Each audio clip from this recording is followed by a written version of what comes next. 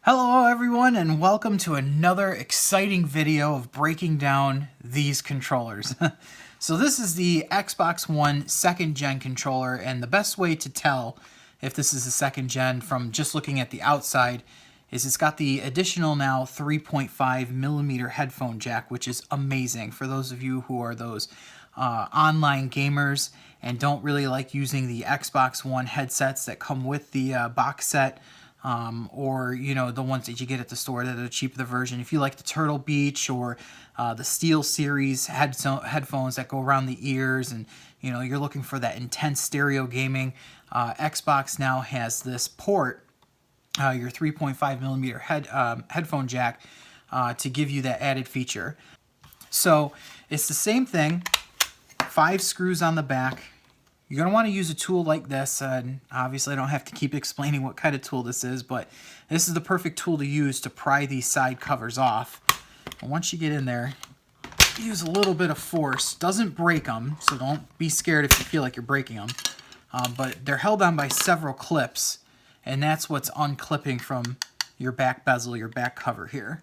So don't be scared if you feel like you're breaking them.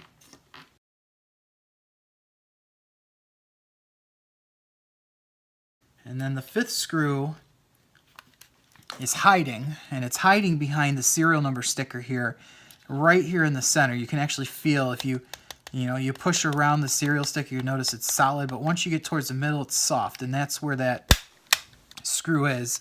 And all you got to do is just push on it with a little bit of force, and just try to find where the screw is, and then you can start unscrewing. It's all the same size, so it's not have to worry. And then you'll get to a point where it's really loose, but you don't want to take it out. It's actually kind of nice because the sticker holds that screw in place in there, but it's out. And you can take the front cover off at that point, and then you can take the back cover off. Just lifting from the top a little bit, give it a little bit of force and ply, and it'll pop right off. Still fairly easy, but a lot of people get confused when they open it up and they're wondering why it's not easily coming off like the 1st gen. So here is the analog board, the back of the analog board. Same setup though, it's got 2 screws on the bottom corners.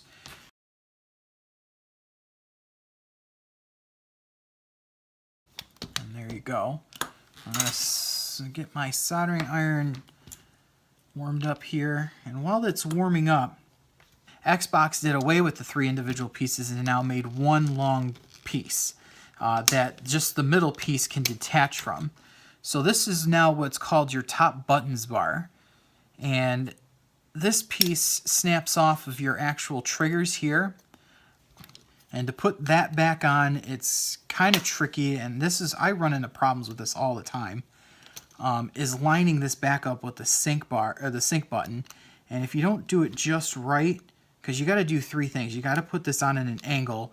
You got to watch the sync button in here, make sure that's lining up. At the same time, you have to make sure those plastic pieces are getting pushed through the slot so that you can push down on the trigger button that's in the inside.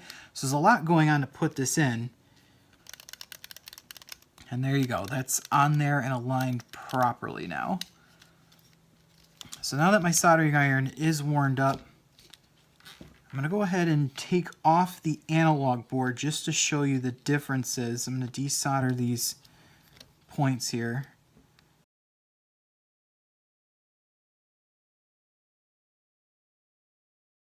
And now that that is desoldered, all you have, when the screws are out, all you have to do is the same thing with the 1st gen. You put your thumbs on the bottom internal bezel here, and then you put your fingers up here and just lift with a little bit of force, and that pops right out. And you remember how I told you in the first video that if you don't take off the analog or the joysticks, they kind of get hung up, and then that's what just happened.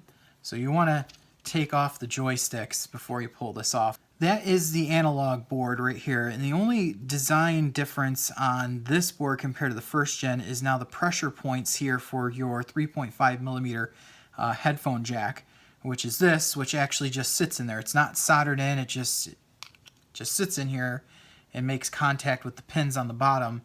to the slots on the board.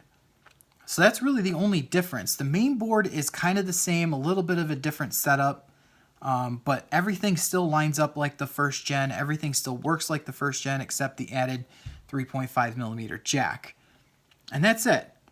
Once again, if you haven't subscribed to our YouTube page, go ahead and subscribe so you can get the latest and up-to-date videos of our breakdowns, and any questions that you may have that we could show you on YouTube. We'll be posting videos there, as well as like the videos if you find these videos informational for yourself. And then definitely like our Facebook page and subscribe to our Facebook page, or follow our Facebook page, however that works, just by going to our Facebook page at www.facebook.com/Whitebox Service. And then, of course, if you have a moment, go ahead and check out our actual website at whiteboxservice.com, where you can see all the various things that we offer as far as repair. And then if you have any questions or concerns, do not hesitate to give us a call. We're always very happy to help you out with any questions you have, even if it's a product that you see on our website that's not listed or not pictured that we don't work on. Chances are we could probably still work on it, but give us a call first and we'll check into it for you. And that, my friends, is your Xbox One Generation 2 controller breakdown and reassemble. Thanks for joining.